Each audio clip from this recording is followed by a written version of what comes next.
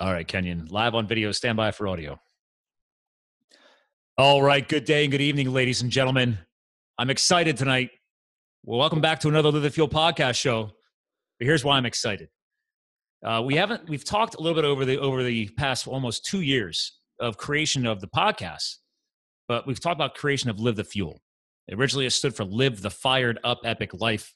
I shortened it to Live the Fuel as an acronym. But this evening, I'm bringing on a gentleman, an inspirational gentleman that I've mentioned a couple times on this show. This guy, when he's bored, he skydives a lot. Like literally, he's on the Denver Broncos Thunderstorm skydive team. That's right. He's the guy who skydives in with a bunch of other people in this beautiful perfection into the football stadium. It's pretty cool. But more importantly, his brand inspired my brand. His brand is known as the Bucket List Life. And you guys know I'm an adrenaline junkie, and I love checking off stuff faster than I can add to my list. So we can get into a lot more today when we will, because I'm excited to bring on Kenyon Salo. Welcome to the show, sir.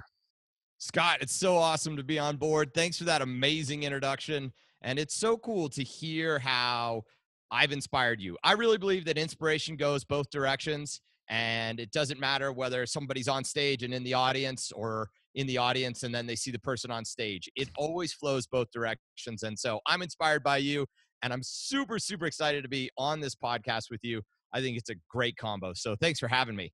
Well, I'm glad you're on. But it's like, I can't believe it's taken me this long to finally get you on. And I love truth and transparency. It's hilarious. Like, was it yesterday you texted me? Yeah, I texted you yesterday. And, it was because it showed up on my Facebook feed, and I was like, oh my gosh, I totally dropped the ball, because you know what? I saw years ago, when did you start the podcast? 2016, September. So years ago, I saw this it was like in a comment, and you're like, well, maybe one day Kenyon Salo will be on my podcast. Mental note, I need to reach out to Scott and we'll make it happen. 2 years goes by and here we are. I mean, I know, like life gets busy. Yeah. Well, apparently it did, but busy. I like to use the word productive. Well, productive. I mean, dude, you got over 6,000 skydives under your belt. I've got less than 10. I need to start doing that whole checkbook thing and like get licensed. I'm tired of paying for tandems. It's really annoying. Yeah. Stop paying for tandems. You've done enough tandems now. Yeah. Come on. Yeah, Step up, do the AFF course, become a skydiver. Well, I just got to find a jump zone. But the best part is like it's already on the to-do list, so it's on the bucket list. It's like that's what I love about your brand. Like people, like you reach a point where you follow somebody like Kenyon for so long. Again, the Bucket List Life. Or actually go to his site, kenyonsalo.com, kenyonsalo.com. But, dude, your brand, oh, man, Michael O'Neill. Shout out to Michael O'Neill, the Solopreneur Hour. Absolutely. I mean, that guy is like, he's like the glue or the center point of a bicycle hub. Right? Wheel. Everybody's connected to Michael O'Neill. It all goes back to the center, Michael O'Neill. And it's weird. Like you and I were just before we started the show. I look at his video. He's got the same Heil PR40 mic. So right off the bat, I was like, he knows. I mean, I already knew you knew Michael, but I was like, all right. I'm sure Michael probably talked to him about microphones at some point. Because he's a killer drummer. I can't play music. Neither can I. He's got me beat. But you're from Colorado. He's originally from Colorado. I used to live in Colorado. So there's all this overlap happening. And yeah, I've said this multiple times on the show. Colorado, it's just, I know I use this word too much. It's an epic lifestyle. I mean, you can make so much happen in Colorado. Would you disagree? I can't disagree. I would absolutely agree that you can make so much happen. I mean, look, hands down, it is the healthiest state in the country. Yes. So overall, they've done all the studies. This isn't like something that showed up in like Esquire magazine or something. This is something like serious studies have shown that Colorado is the healthiest state. And it's not just like from nutrition or fitness. It's like across the board, a happiness, stress levels are low, happiness is high, and physical activities and people getting out there and just the way people live life. And so when I see that, I know that there's opportunity everywhere. There's opportunity to connect with someone. to do something cool and amazing. There's opportunity to learn and grow as an individual. And there's opportunity to truly be yourself. I love Colorado. Well, I'm excited because I want to go back in time here for a second because we both love Colorado. Now I can finally ask you this question. Where did the awesome branding of the bucket list life come from for you? It comes from the ashes. Like every great idea, it comes from the darkest place ever. Okay. And for me, it was Christmas 2013. So it was actually Christmas Eve, the night before. Dude, I was living in Colorado then. Okay, well, there you go. So my kids had gone back to their mom's house, and I was sitting in my house, and there was nothing. I mean, no Christmas tree, no presents, no decorations, no Christmas cards. I realized I was going to wake up the next day, and it was going to be like an average day in July, like right now when we're recording. It was like any day of the year. Meanwhile, I was going through a horrendous breakup at the same time. And I had looked for some sort of like consoling or somebody to reach out to. And so I reached out to this person, and it was just like, it was there was no heartbeat. I mean, no energy. There was no, it was like that person didn't care. And that's cool because we're in the middle of a breakup. I get it. So I went to sleep. I woke up at like 2:00 in the morning, and I was like, oh, what am I going to do with my life? Question. And so I started writing in a journal, and I was writing and writing and writing. And then I was like, I want to check off bucket list items. And I realized, wait a minute, I've done that. I've been doing that. That's how I've lived my life. Yeah. I added one thing that was different. I want to help others check off their bucket list items. And so that's where it grew. Like from that moment on, that was like the inception. Was it that instantaneous? Like that just popped in your head like that? Oh yeah. Oh yeah. Wow. I mean, it was that instantaneous. It was that, it was magical. I mean, and I didn't know the power of it, but it slowly started to unfold. Now, did it have to go through 20 different iterations? Did it have to morph over the years? Did I have to, give it love and feed it and water it and nurture it and talk nicely to the concept until it became what it is today? Absolutely. Sure. Yeah, I mean, how many times, I got to ask you this, because I'm going to eventually release on Instagram, like all the variations of my logo. So like, what was your first logo? Oh, it was like, my first logo, I think I had like partnered with Clippy on Microsoft, and the two of us worked together and we came up with some clip art, some like Microsoft Paint. No, it was horrendous because I'm not good at that. I'm not good at art. I can barely draw stick figures. Well, it's funny because we both know Michael O'Neill. I'm bringing this, ladies. We're gonna have fun on this episode because I'm geeking out here, right? Because again, it's just so cool that you and I are finally. I mean, we've met before, like we know each other from the isogenics world, the health world, stuff like that. Blah blah blah. But it's like, you've gotten into public speaking, and on this show again for the video feed. I'm gonna do some screen sharing real quick. It isn't just about the bucket list life, right? That's how I found you, thanks to Michael. But obviously, you built a brand, and we're going to dig more into this later in the show, kenyonsalo.com, your name. But I have to bring this up. This right here, this page, it looked different. Your logos were different a couple years ago. But when Michael O'Neill was in New York City, he was up in New York. He was visiting a friend who was ill, or they were looking after somebody who was ill. I forget. Because I've listened to every single one of Michael's shows. So anyway, he told me about this page. Again, ladies and gentlemen, this will be on the show notes, the Bucket List Life, on Facebook. So we found this page, and he says, Scott, he's trying to help me. I had hired him. I was in his little proudly unemployable, network group and everything else. We're doing the coaching. And he's like, Scott, in the beginning, you just need inspiration. And he said, you got to follow my buddy Kenyon. I'm like, what do you mean? He's like, the way you live your life. He's like, that's your guy. He's like, this guy's got thousands. Actually, hold on. You have 141,405 people like that page. And I forget where it was back then. And back then it was in the tens of thousands, whereas me, I've got like 5. And he works with me and we create Live the Fuel. Like I remember this exercise. I took my wall in my apartment and covered it in Post-its and wrote down every word that meant something to me. And obviously, thanks to living in Arizona, doing the wildland firefighting, and then moving to Colorado, it was like, being a ski racer and a mountain bike racer and everything else. I have all these epic and fired up. And anyway, eventually I came up with Live the Fuel. And he's like, all right, now he's like, follow Kenyon's feed and just start emulating, like, or you don't copy everything he's doing, but he's like, you're a high energy motivational person. Pick motivational, inspirational content and just start taking action and see where it goes. And that was the origins. Like, I literally started with a Facebook page to build likes on Live the Fuel, and I shared quotes and I shared stuff that I followed from your page. And that's how it all started. And I think my first logo, I literally think it just said live the fire of epic life, or I think I found something that had a flickering flame or something. Yeah, it was god awful. What you got to do anytime you do motivation, inspiration, you have to put something on fire. Yeah. Like that just says like fire, and that's the key thing. And then that says you are now a podcaster, a speaker, a leader. Sure. Yeah, it just happens. Whatever. Yeah, it just fires the logo. Yeah. But obviously it morphed. Like, I mean, I love the simplicity of your page. I'm going to share again because it's that simple. It's like, and again, back in the day, it wasn't team bucket list life, right? That didn't even bucket list life. What's that?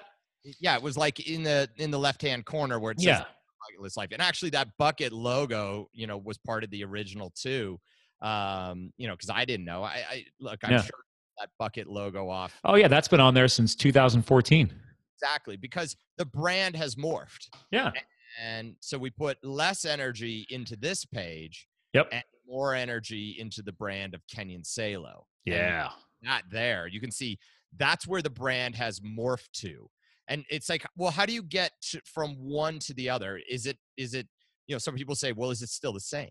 Well, it is the same. Absolutely. Because the bucket list life, as we sat down and we went through the concepts, and I say we because people were attracted to it and they came on board with it and they were excited and they wanted to partner with it because it was about others first and foremost and not about ourselves. Right. And when we dug into it, we found that what we were doing was creating more experiences, sharing more stories, and living more fulfilled by helping others. Those three things were like the core values of who we were and how we lived our life. Okay. Eventually, what came out of it through trying to figure out how to monetize, how to create, how to grow the brand, everything from, is it a t-shirt company? Is it a consulting company? Is it an adventure company? Is it an app? We tried everything. In the end result, what we realized is that people didn't want to open up their wallets when it came time to saying, hey, I want to live a bucket list life. Right. But what we found, and ultimately what I found, was if I spoke about the concepts, which has been my lifelong gift, is speaking. Mm-hmm. And when I spoke about those concepts, that's the best way they were received. And so by naturally moving into the public speaking world and talking about the bucket list life keynote and those three concepts in that, it is motivation, inspiration first and foremost. But this keynote is so brilliant that it also works with leadership, team building, customer service. Oh yeah. And it's amazing. It's truly amazing to be able to give that to audiences across the country and around the world. Well, and I've been watching you grow because obviously I've been a follower for a long time. And it was exciting to start seeing more and more like, all right, you got to tell me, what's it like when you get the first keynote invite? Well, it's a big deal. So for the very first one, so what had happened is someone had reached out to me on Facebook and he's like, hey, do you do speaking? And I'm like, well, I've done speaking kind of my whole life. And I did some training back, about 6 years ago. And he's like, will you just come to a keynote at our conference? And I was like, sure. And I'm like, how much? He's like, I don't know. And I'm like, I don't know. How about $500? And he's like, all right, I think we can pull that off. So it kind of sounded like it was expensive and I thought I was getting a good deal. I went there and it actually wasn't the keynote I do today. I just spoke in front of the audience, but I remember walking away going, I need to focus on this, but how much do I want to focus on it? I'll do it a little bit, but I don't want to make it my thing. A couple months later, a person from a speaker bureau reached out to me and said, look, your name came up a couple of times. I think it'd be really great if you joined our speaker bureau. I said, great, let's do it. And then she booked me for an event. I got $500 again. I was like, this is great. Okay. And you're getting paid to do what you love. Getting paid, which I thought was amazing.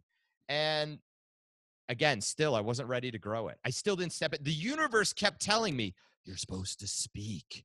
And I kept saying, I'm going to do these other things and I'm going to go over here and just be distracted and not, and it actually took another 2 years after that before I fully said, wait a minute. I was speaking here and there and here and there, but it wasn't until 2 years later that I was like, wait a minute. I'm putting 100% focus into this. I'm going to drive this. This is what I'm supposed to do. Let's make the brand of Kenyon Salo. And it's in and around speaking with this message. Well, that's the beauty of that, is because honestly, isn't public speaking just another entrepreneurial endeavor, right? But the difference is you're building the brand of you and your message. Yes. It's a business. It is a business first and foremost. And if you don't know how to run a business, it doesn't matter if you're a great speaker, you've got a good concept. If you don't know how to run a business, it's not going to work. No. And it goes back to the power of your community too, right? I'm sure you probably have definitely been in mastermind groups, right?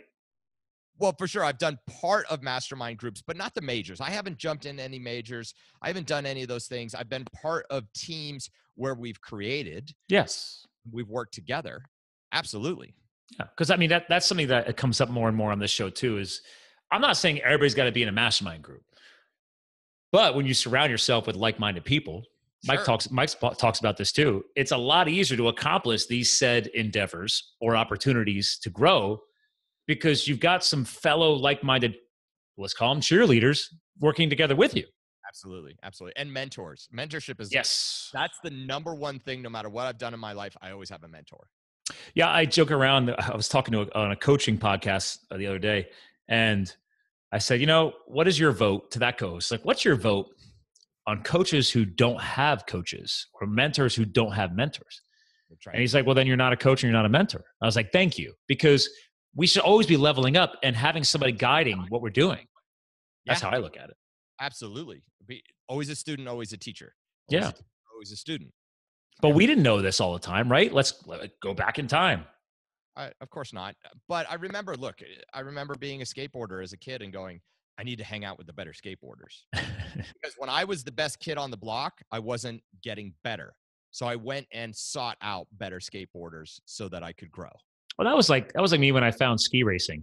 My buddy grew up in Alaska, and he moved to this area when his company moved here. And I'm about an hour and a half north of Philadelphia, and Allentown, Pennsylvania, only an hour and a half from New York City. So great location. So his company moves here, and we become friends. So I get him into mountain biking because I'm obsessed with biking.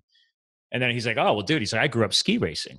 I was like, oh, I suck at skiing. And he's like, well, you should come up and volunteer with the race team, and that way we can hang out.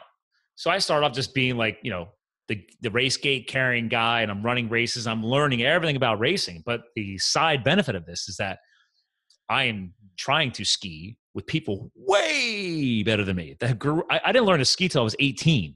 And then I'm doing this in my late 20s, early 30s. So naturally, as you just hinted, my skiing starts to get better. And I'm still not like some Olympian, but I can hang with all of my buddies for the most part. Thanks to that job, that little side job, I didn't really call it a job. It was just something I enjoyed to do. You don't do ski race coaching for money. Let's be real. But now, like when I go out to Colorado, every year we go out to Colorado skiing, and it's like I can hang on the big mountains, man. I can hit all the diamonds, double diamonds. I'll huck off of a cliff. I couldn't have done that years ago. I needed to get myself surrounding other people that were better than me. That's right. And that's the way it is for all things in life. So what's the craziest thing you've done on a skateboard? Well, skateboarding naturally went into snowboarding, and that's where I ended up being a professional snowboarder. That's how I ended up back in Colorado. I was born in Colorado, but I was living on the East Coast in New Hampshire. And I said, you know what? I'm moving to Colorado. So when I was 20 years old, I packed up and dreams of being a pro snowboarder, did it. And for about almost a decade was full on pro snowboarder. Where'd you hang in New Hampshire? I was living Cannon or? Well, I mean, so I was living on the Seacoast area. Yeah. Dude, we were going all the way up to the cool place, like Sunday River and Maine and Cranmore up there. And you definitely lived in New England. Dude, it was wicked. But the thing is, it's always wicked cold, dude. But you know what? We would get in our car and we would put on Marky Mark, before he was Mark Wahlberg, and we would just go and we'd snowboard all day. It was wicked good. Oh my God, dude. I love it. I love it. You definitely lived in New England. Oh, for sure. I mean, Yeah. my formidable years from 12 until 20, That's I mean, crazy. it's where I thought I was going to end up there for life. And, it was going to be the picket fence and the kids, mid 20s. And I was going to be working at the hardware store. Yeah. And it just like, wait a minute, that's not me. That's not my life. And it's great for some individuals and they love that. But for me, something pulled me and I was like, I'm moving to Colorado. I'm going to do it.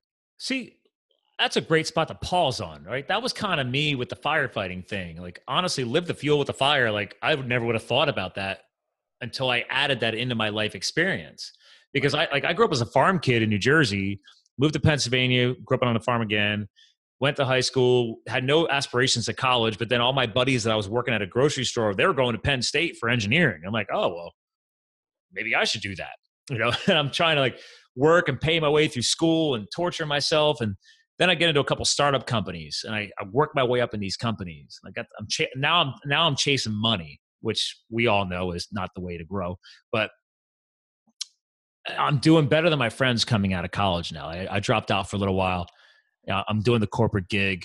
I've no college degree. I'm making 60, 70K a year. I'm like, okay, I'm doing all right. And, lifestyle changes. I meet a girl from Nevada who's out here and she's moving back to become a hotshot. I'm like, what the hell's a hotshot? And I was like, well, if a girl can do it, can I do it? And she's just like, anybody can do it. She's like, actually, it's really rare for a girl to go do it. I'm like, well, you're pretty badass. And long story short, she goes out and I can't forget about hotshots. So I go back to school on nights and weekends. I finish a degree in marketing and psychology just to prove that I can do that.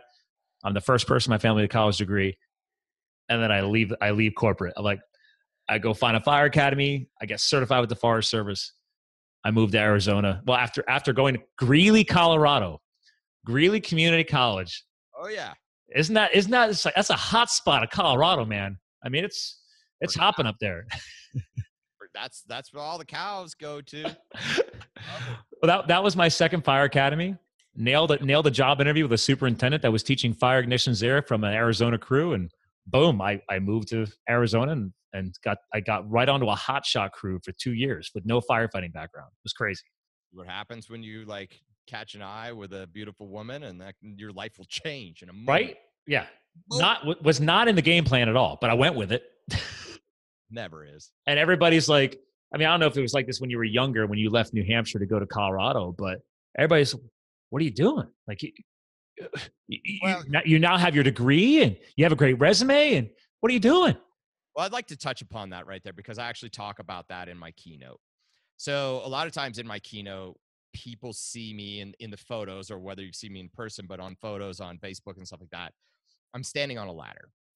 And used as a metaphor. It's a visual metaphor where I talk about what's next to the ladder, which is our environment. So, and our environment is where we live, our friends, our family, our community, the people we go to work with, the school, etc. And also our environment is what's between our ears. Our mind is our environment.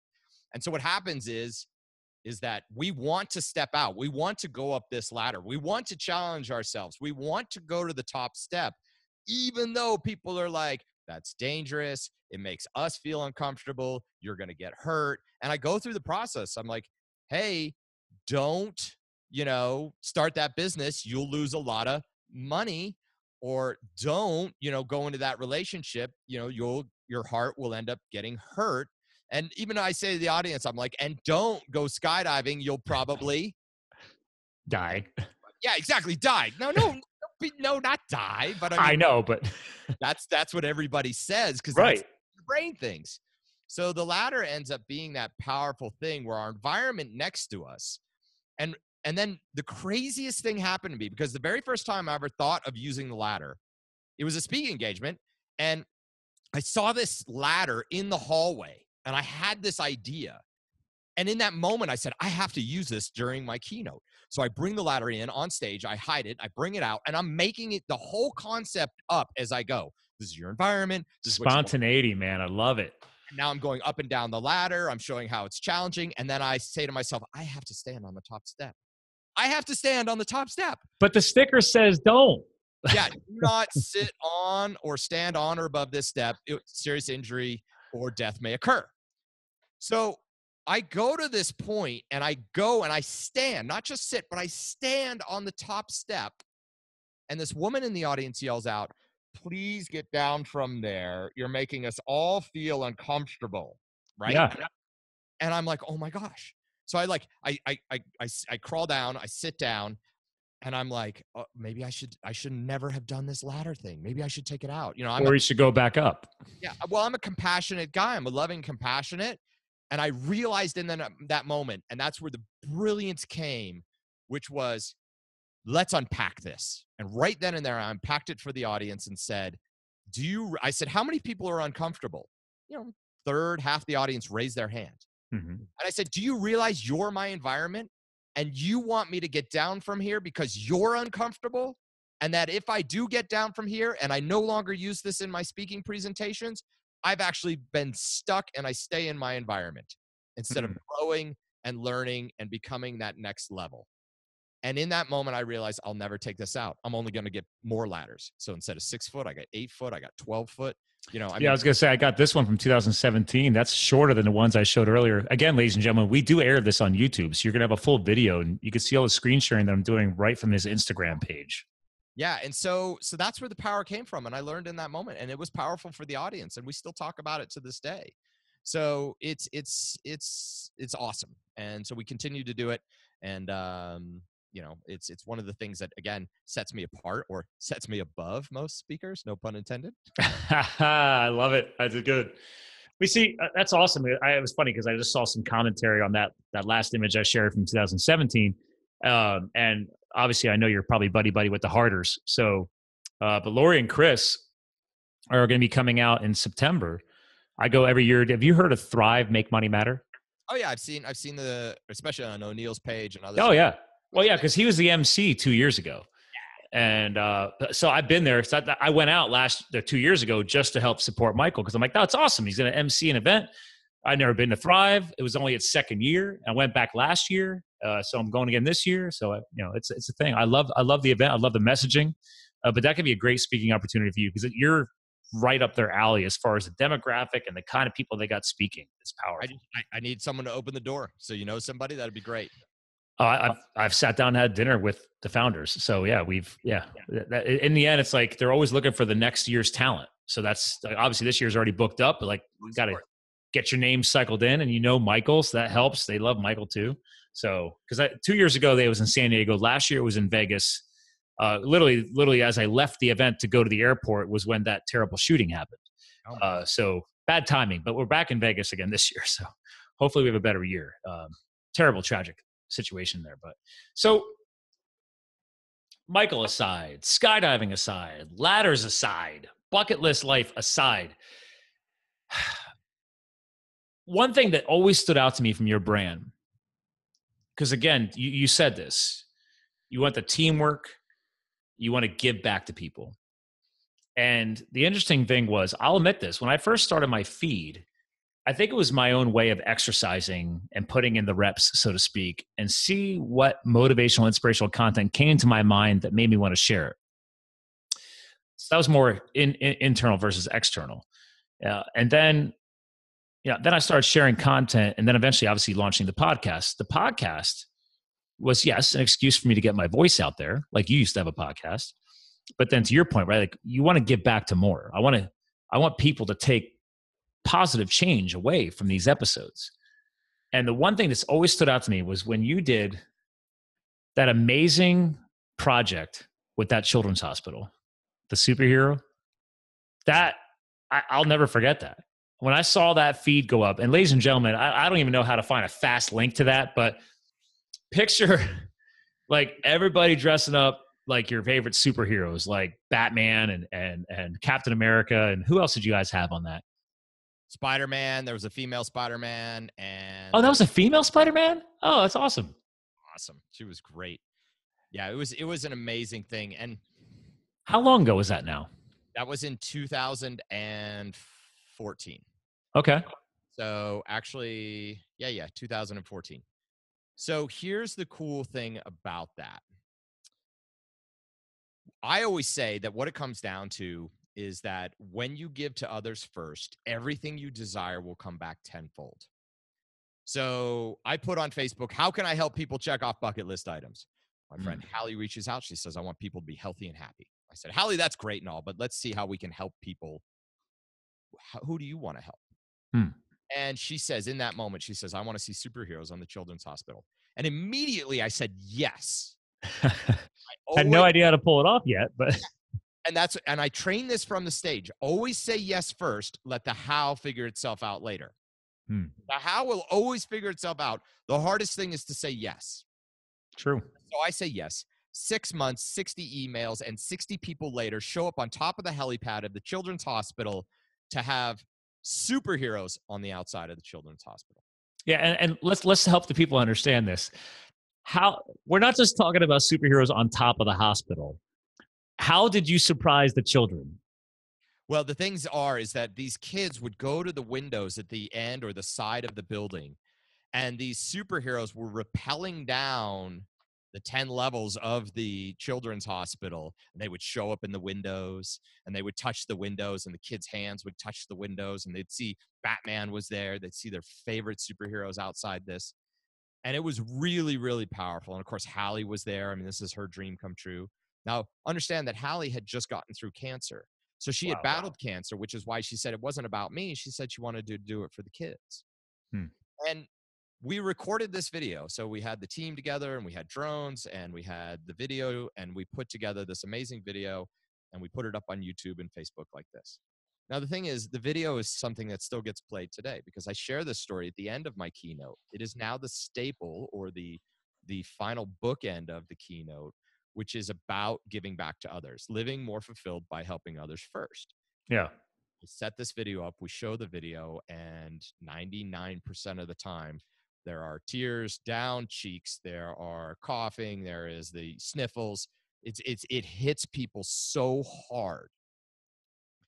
And then what happens is I end up going back on stage after the video, and I explain to the audience that some of those kids aren't with us today, but their families still remember that amazing moment that they had. And then also, some of those kids have gone home, and they still remember that experience. And they never forgot it. Hallie, who's there in that middle photo, there's Hallie. She ended up passing away last year.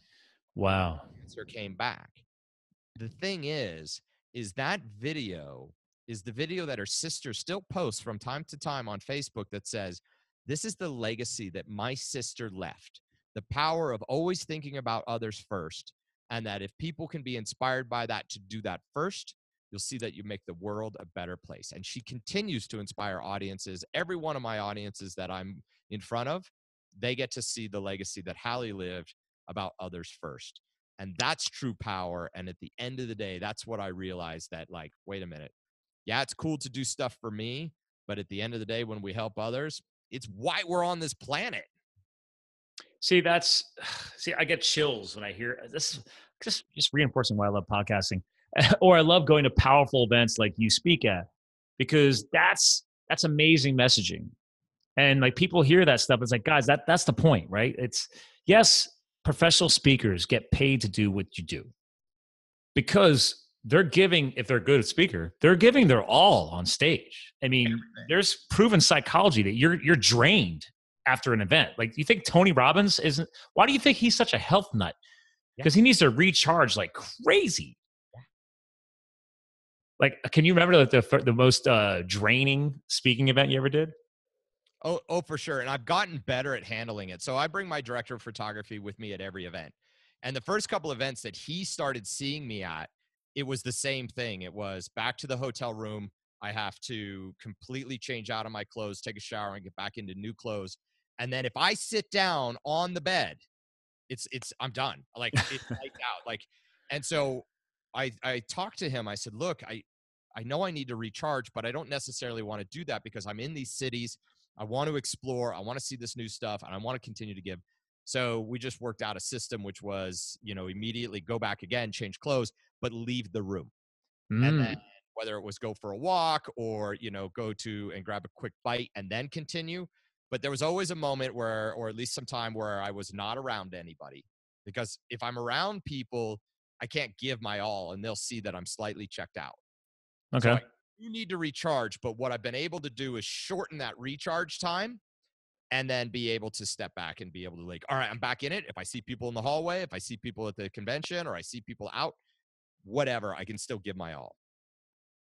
Nice little hack. I like that. Yeah. I mean, it was a bit of a life hack for sure. Because I realized what was happening was that I was the rest of the day or afternoon or evening was shot. And I was like, I don't like being in this beautiful city, whatever city I'm in, and losing that opportunity of being able to go check something out. Well, see, I think people underestimate what you're sharing with us is that a lot of this is tied to energy. Yeah. I mean, yes, you and I both care a lot about health, fitness, right? Active lifestyles. So yes, that comes back to good diet, good food, proper rest and recovery. But all in all, it's peak energy flow. And it's not just that. It's that spiritual component or how you're tying it to your daily mission. And that's why I wanted to tie that back to the best public speakers are going to be drained. And whether they got to figure out these hacks like you just shared, or you should never feel like you can't stand a city because you're that drained. So I mean, it's amazing that you've done enough of these events to realize this. And it's like, oh man, I got to find a way to fix this because I don't want to have that kind of negative energy. You want to keep it on the high and the positive. So well, we're all learning and we're all growing, and that's the beauty behind it. And when I give my all to the audience, because it's not about me being interesting on stage, it's about me being interested in the audience. So from the moment I wake up for let's say on a day that I have a speaking engagement, from the moment I wake up to the point at which I've done the event and then the event's over, I have been completely on. People say, oh, you get paid so much for 1 hour speaking. I'm like, no. That's when I get paid. yeah, I get paid when I speak, but all the stuff leading up to it, the days, the weeks, the months, and then that engagement, the travel, whatever. But on the day of, I have to stay focused. I am watching people. I am learning about the audience. I'm seeing how they interact. I'm picking up on sounds and sights and words and everything about the demographic of that audience, so I can understand best how to deliver to them what they might need, their aha moments. Well, I think people underestimate that. Again, I've spent years in sales and marketing, and I love public speaking too. Not at your level yet, emphasis on yet, but you don't just show up and wing it. A lot of people think, oh, he's just so natural and breezy, man. It must be a natural talent. Like, no, if you respect your craft and you respect, I think you just clarified this, the audience. Yeah, it's really about right. Yeah. I mean, Michael talks about how what is it? He's got a big obsession with comedians, but isn't a comedian technically a public speaker? Like you're again another definition of an entrepreneur. You're basically selling your brand, who you are, what your message is, what your talents are, to the audience, and you got to be all in. Yeah, and comedy is a huge part for me and my keynote. It is absolutely a huge part. And so, Michael O'Neill and I used to talk back and forth about comedians, and we would watch the shows of how they would dissect why they're funny and what makes comedy funny. And then I realized I needed to up my game because, in a sense, I'm funny in life, but I was like, I don't know how to do this comedy from stage. And so I actually started doing amateur comedy nights at Denver Comedy Works, and I did about half a dozen of those. Get out. To perfect my comedy. But because I knew I was going to be on stage for my 2 minutes, my 3 minutes, which was absolutely terrifying. It's the most terrifying thing I've ever done. Then skydiving, then snowboarding, then public speaking. Doing 2 minutes of comedy was terrifying to me. But what it made me do is I learned more about the craft. And I understood it. And then I was able to bring that back into my keynotes. And that was power there, where I was able to, I keep the laughs going throughout, so that people laugh, people have aha moments, people have, they cry, they're tense at the edge of their seat with the adventure, and they're able to have introspection and they connect. I mean, there's so many different points. It's like a good movie. That's what I think the point is you're trying to tap into people's emotions, right? You want to trigger engagement. I mean, why would anybody would ever come back? Or, I mean, let's be real. The end result is you want the power of word of mouth, right? You want people to say, man, dude, you got to go to a Kenyon event because he just knocks it out of the ballpark. And I got to screen share again, only because this isn't really public speaking related, but I just love this shot on your website. Well, again, when you go to kenyonsalo.com, click on the About page. This is a sweet shot of you soaring into the stadium. Again, I don't skydive at your level, but it's just, I love flying that in that perspective. So it's just great photography. But that's the point, right? It's like whether you're soaring into a stadium or you're trying to knock it out of the ballpark for the audience on stage, on top of a ladder, or when you get off the ladder. It's the point is like, are the people on the edge of their seat, or are they engaged, or are they looking around, or are they on their iPhones? So that would freak me out. I've done public speaking, not at the big keynote level yet, but if I looked into the audience and I see a ton of people sitting there texting, that would probably drive me a little bit nuts. I don't know. Well, for speaking, and this is one of the things where I've started to help and teach other up and coming speakers, because I absolutely understand that I know the craft of speaking. And it's because I had to study it, because I really wanted to say, well, how is this going to work? How is 60 minutes or 90 minutes going to be delivered that cell phone does not end up in somebody's hand? And there's ways to address it in the beginning, but even if you make that like agreement with the audience that they're going to put their cell phones away and their computers away, you still have to be an amazing speaker. And there's what I say is 1 pen speakers and 2 pen speakers. The 1 pen is they're so bad that someone wants to take a pen and you want to jab it in your eyeballs. Or 2 pen speakers, you want to put both pens in your eyeballs to be like, oh, this guy or woman, whatever. I've never heard that before. That's good. No pen speaker, right? That they don't even think about it. And that ultimately, when you understand the craft of speaking, you know how to gear the audience. And here's one of the biggest hacks that I've really come to understand of what makes a great speaker current times and what doesn't, is that people, humans, adults are consuming content, kids are consuming content in a much different way than they did 10 years ago. So, an example is the fact that, hey, you could get someone to watch a 20-minute video. It's impossible to get someone to watch a 20-minute video nowadays, but they will sit down and watch 15 2-minute videos. Segments. Yeah, it's segments. And so the way that I've designed my keynote is probably 3 minutes. Every 3 minutes, roughly, something new is happening. Oh, there's a video up there. Oh, wait, he's making a stand up. I'm talking to somebody else. Oh, he said something funny. Now I'm laughing. Oh, great. Oh, he's directed my attention over here. Whoa, there's a ladder going on. Oh, wait. Oh, back to another video. And it's one of those things where every 3 minutes, something's happening. So they're thinking it's just consuming content, and all of it seamlessly stitches together like a movie, because a movie really is just a bunch of still. It's storytelling. Yeah, and it's a bunch of still frames, but when run in motion, becomes a visual picture. Yeah. And so that's what I do. So at the end, all of a sudden, they realize, like, wait a minute here. I learned something. I got something out of that. And I didn't even pick up my phone. Are you telling me 75 minutes, an hour and a half went by? Yes.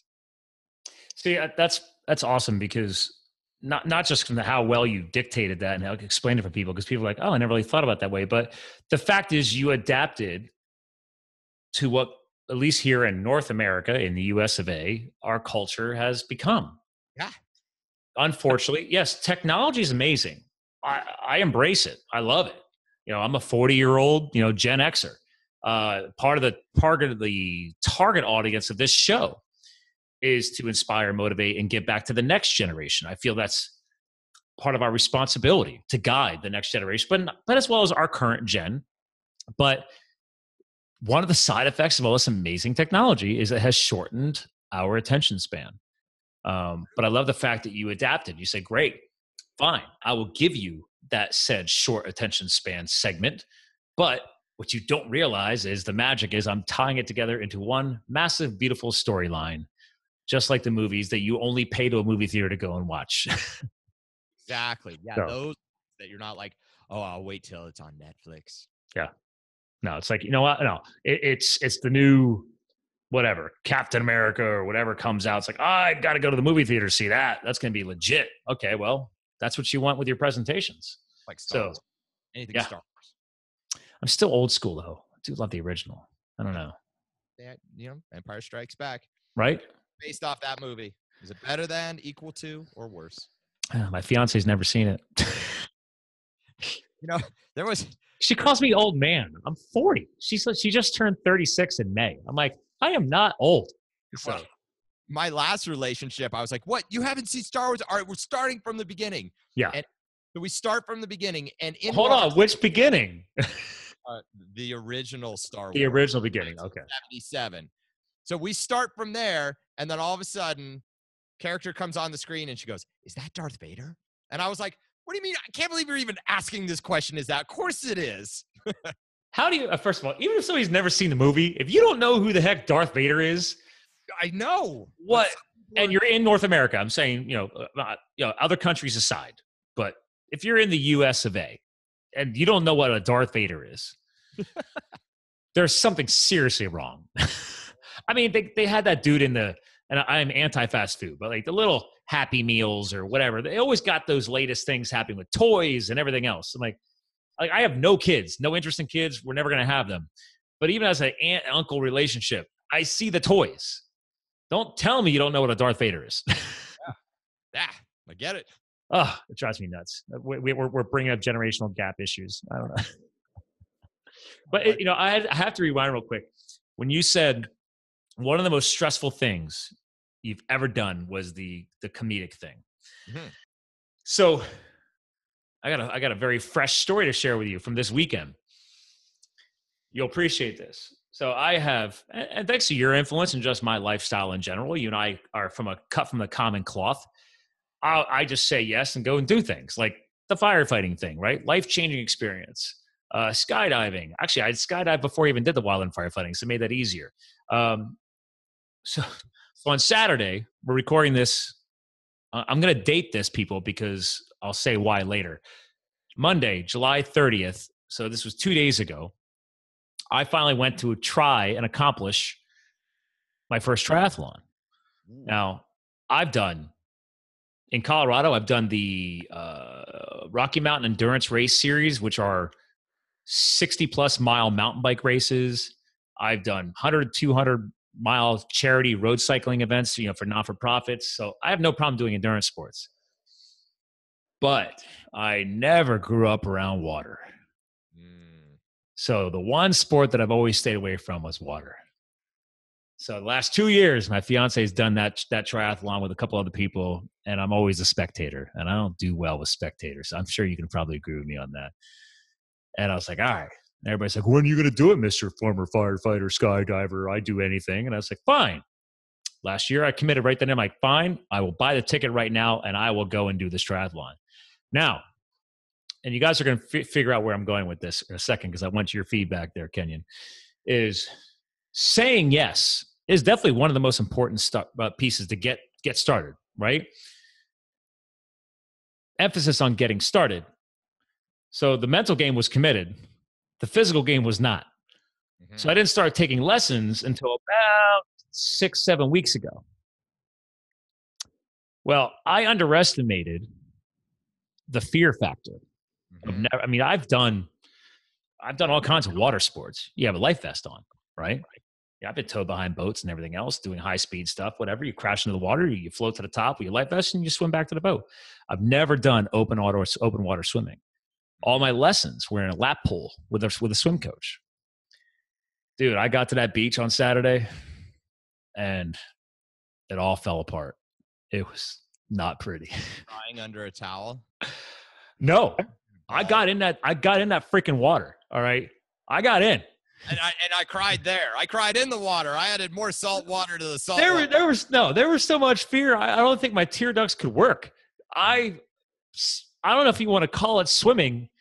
In 15 minutes, by the way, I'm only doing a sprint triathlon. Okay. So it's only a 400-meter swim. So you have to go to the first buoy, around the second buoy, and back. My fiance had already finished the Olympic distance, by the way, and was already on the bike. So I was like, all right. So, dude, water panic. I did a Facebook Live on this because I truly believe in honesty and transparency. I've done all this crazy adrenaline junkie stuff. Guess what?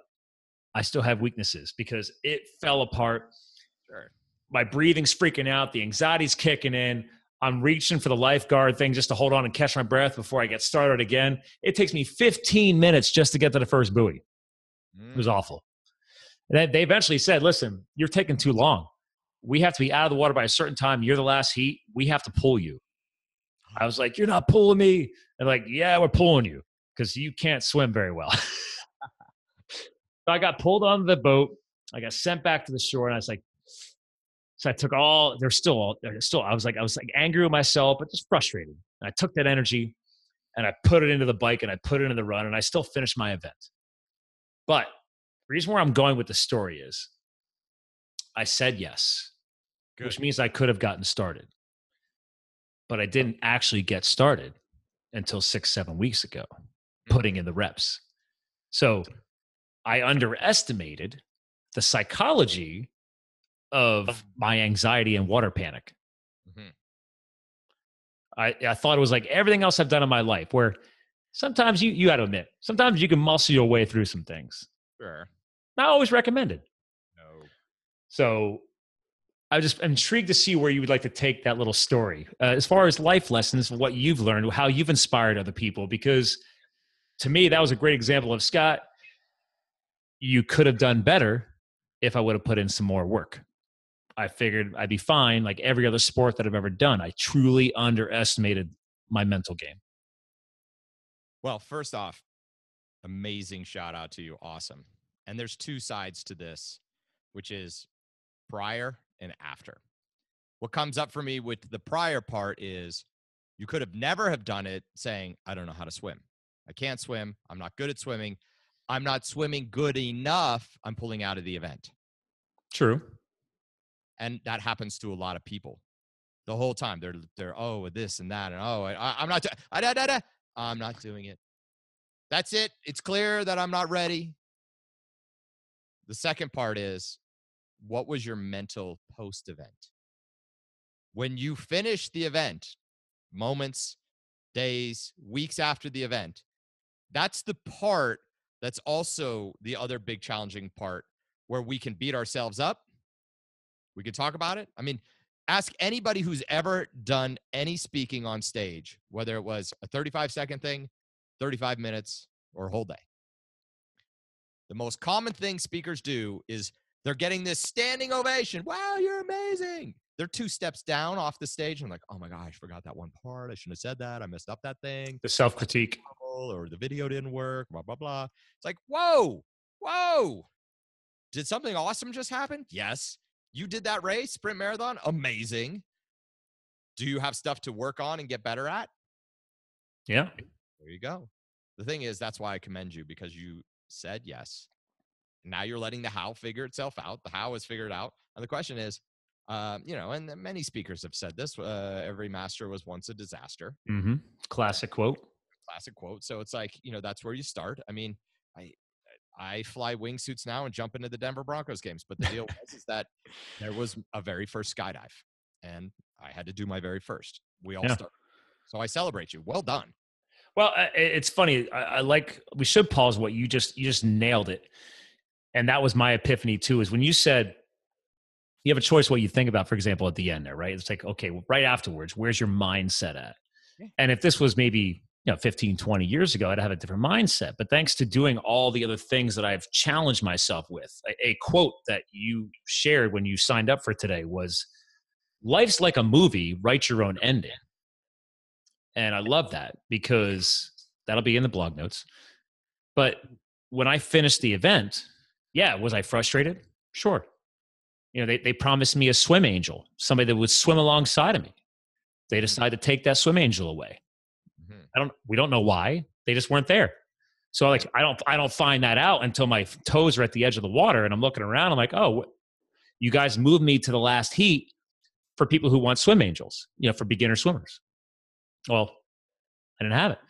So I could have blamed them, or I could have said, well, Scott, you should have put in more work so you wouldn't have needed a swim angel.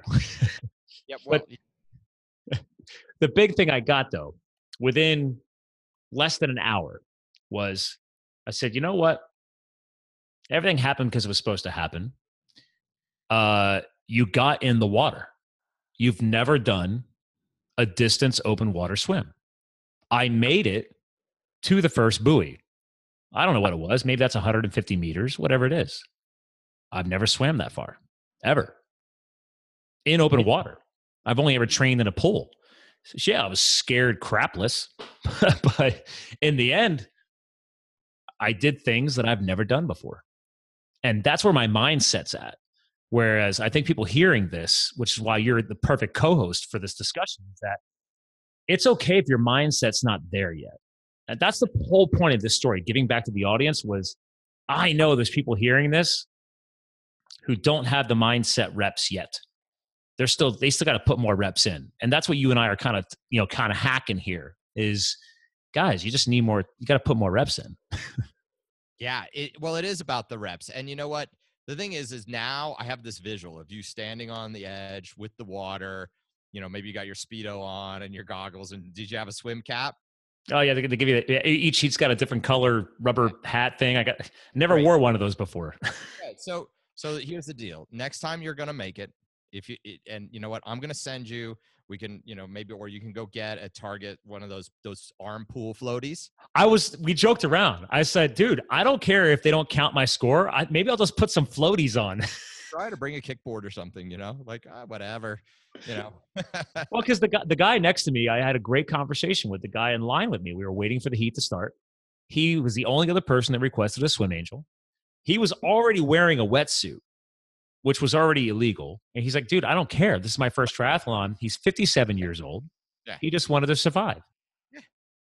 Yeah. So then they sent us into the water with one lifeguard. They said, oh, well, we took the other one. So you guys share this one. And we both looked at each other. We're like, this is not going to work. Right. Well, and the thing is, you're already 10 million miles in front of the person that won't get off their couch and even try. Great connection, right? You're ahead of the game. So what if we have somebody right here, right now, who hears that, right? They're on the couch. Okay. And we just discussed the power of saying yes and starting. But I know you've had people like this that are in your audience. Probably, hell, showing up in your audience was already a huge move for them. Just showing up to an event is powerful. What do you say if you like that? Like, if we use skydiving as an example, the hardest thing for anybody to do who has never skydived, but they want to skydive, the hardest thing for them to do is make the phone call and make the reservation. Really? That's the hardest part. It's not like showing up. It's not, getting dressed up. It's not getting on the plane. It's not getting hooked up. It's not jumping out the door. The hardest thing for anybody to do who's like, I think I want to skydive, but I don't know if I could do it, is actually, that's the yes part, right? Is I'm saying yes by making this phone call and booking it. Because once you book it, everything starts to happen. And I imagine for you, the hardest part was like, okay, what event am I committing to? And then you committed to this event. And once you committed to it, everything started happening. You started getting phone calls. You started reading stuff online. You realized you talked to people. They said, oh, yeah, here's some information. And then you're like, I could do this. I better go to the gym. I better eat well. And then here you are. Right. And then next thing you know, I'm reading about you. And it's like, well, #1 Ironman athlete in the world in the 40s age range. That'd be crazy. You never know. Whoa. Yeah. Look at what's happened. Yeah. Remember that day he couldn't swim? Wanted an angel. Yeah. But yeah. People are like, you have a swim angel? I'm like, yeah, I don't care. Yeah, but here's the thing. Just fast forward 10, 15, 20 years, right, Scott? Right. What if one day you're a swim angel to somebody else? Exactly. Oh, wow. See, there you go. You gave me the chills back. I like that. And that's completing the cycle. You had an experience which was about yourself. Mm-hmm. You're sharing the story right now because that's about friends and family, and that's how we connect. Ultimately, what happens is maybe in this or in other areas of your life, you end up giving back because it's knowledge you learned, because you remember the day that you learned, and you're like, I wish I had a swim angel. Yeah. And now got the skill set, and you're going to give that to somebody else, and that's going to impact their life. And ultimately, you may say, you know what? I've done a lot of races in my life. I've swum a lot of open water now, but my favorite one was when I actually gave back. Yeah. See, I need to connect well on this. I love this. See, now here is the underlying principle of this episode. I said, reason why I was giving you the date today. This is so fresh. When I left for that triathlon, I had an inkling that it might not go well, right? Sometimes you have that energy. I try to ignore that stuff, but it happens. And I say, you know what? It's going to go well. Whether I complete the swim or not, I will still go crush the bike, crush the run, be there for my fiance and my friends, right? And learn from that experience. But the other thing I said was, and I can thank the influence from podcasting and now speaking. And just also, I also tell people use social media for good. The content that I share on social media, same thing, right? Giving back, leaving a legacy behind was the hour plus drive out there. I said, dude, I am planning my 200th episode. I already have, I don't know, like 10 shows in the tank. But I was like, I was going to personally record my own episode. But then when you texted me, I was like, that's the universe, dude. Kenyon is my 200th episode. Way. Yeah. So tonight I have to rush this off to my editor to make sure that this makes the cut, because I already have I have to push all the other shows out, because I said, you know what, dude, the guy who inspired me to create Live the Fuel, the guy that I emulated, I knew you and I would have a great show today. And that's where, when I saw it, I was like, wait a minute, why would I want to talk about triathlons just to myself in the audience? I can do that. I can. But I was like, when you texted, and then I was like, well, let me know what the schedule works out. And you booked it literally the next day on today. I was like, oh, that's it. That's it. We're using this one, man. It's the universe has spoken. This is number 200. So gratitude right here, man. Such gratitude. Yeah. So like I said, it means a lot. It still cracks me up though. I was like, how the hell did it take us this long to get around to this? Yeah, 200 episodes later. Right? Man. It's like literally it is July 30th. In a month and a half, maybe, this show is 2 years old. So I launched it in September 2016. Oh, man. And I had Michael as the very first episode. So now he was my coach. He helped me figure out this whole audio gear thing and all that stuff. But he was the guy that plugged you and I together. And everything happens for a reason. Right. So we gave him plenty of shout outs tonight. I think we're good with that, right? Yeah, I think he'll be good. I mean, yeah. So listen, we got to bring this show to a close. All right. You are our guest co-host. My guest co-hosts always get to close the show out with whatever they want to close it out with. It could be their final words. Maybe it's their mission this year or going into next year. But if people forget about all the awesome stuff we talked about today, how do you want to close this out? Ultimately, it's about every one of the listeners right now. And the key thing is that anybody that's listening to this podcast right now, it's for a reason. Just like this is episode 200, and that I happen to be able to be on this podcast, and I'm grateful for it. It's for a reason. And so in that moment, the toughest thing, just like picking up the phone and making the phone call, is that action part. So time and time again, so many individuals out there say, I want to do something. Oh, I want to do that. I want to see that. I want to travel there. And sometimes the hardest part is saying yes. And what I say to my audiences, and this is what I want every one of the people that are hearing this podcast, whenever you hear it, is I want you to think about something right now, something that's on your bucket list. I want you to think about it, and I want you to bring it to the forefront of your mind. You have it. You have that thing. You're like, ooh, that's it. Whatever that right there, that's it. The thing that just popped into your mind, that's the thing. Now that you have it, I want you to go do it in the next 12 months. And I know you're feeling pushback. You don't have the time. You don't have the money. You don't have the location, or you have some fear. Don't worry. Those 4 things come up for every one of the humans on this planet that want to do something.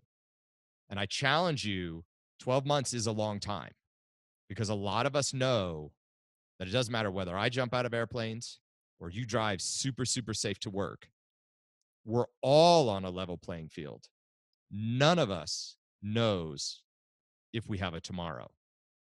And because of that, and because we know people who didn't have a tomorrow, every one of us knows someone who didn't have a tomorrow, but they thought they did. I'm giving you 12 months. So whatever you have to do, if you want to travel to Italy and you've never had a passport, start the passport process. You want to learn how to scuba dive? Go to your local scuba diving shop and sign up for the course. You want to do something, maybe write a book. All right, pick up a pen or start jotting some notes down or typing on a computer. Whatever your bucket list item is, start now and set a goal to have it done in 12 months. And feel free, reach out to me on my webpage, kenyonsalo.com. send me a note that says, I'm committed to this. Or send me a note that says, I just did the thing that I wanted to do. And I will celebrate you every day of the week. I think that's amazing. And that's really what I want to give to the audience members, is that inspiration that in the next 12 months, goals, dreams, and desires will come true for all of your audience members. And that's it, Scott. I'm loving it, man. Well, listen, hang tight. I want to give you a proper goodbye off the air. Ladies and gentlemen, the challenge he just dropped on you is why he's our guest co-host today. Episode 200, kenyonsalo.com. Again, he gave you a year. Dude, a lot can happen in a year, people. All right? Whether we're fueling your health, your business, your lifestyle, this whole show could change in a year. So set the goal. He just dropped the challenge on you. You got a year. I've had challenges drop in like 90 days. I'd take a year any day. So again, thanks for listening in to another powerful Live the Fuel podcast show where we're here to fuel your health, your business, your lifestyle. Kenyon Salo can just drop the mic even though we got him mounted on boom arms. So thanks for listening to another powerful show. Check him out at kenyonsalo.com. And again, episode 200, people. Thanks for listening in. Keep sharing. That's all I could ever ask. Share the episode. If it means something to you, share with at least one person. That's all I ask. All right? Keep giving back. We'll talk to you guys again soon. You're clear of the pod. Yeah. So I hope you had some fun.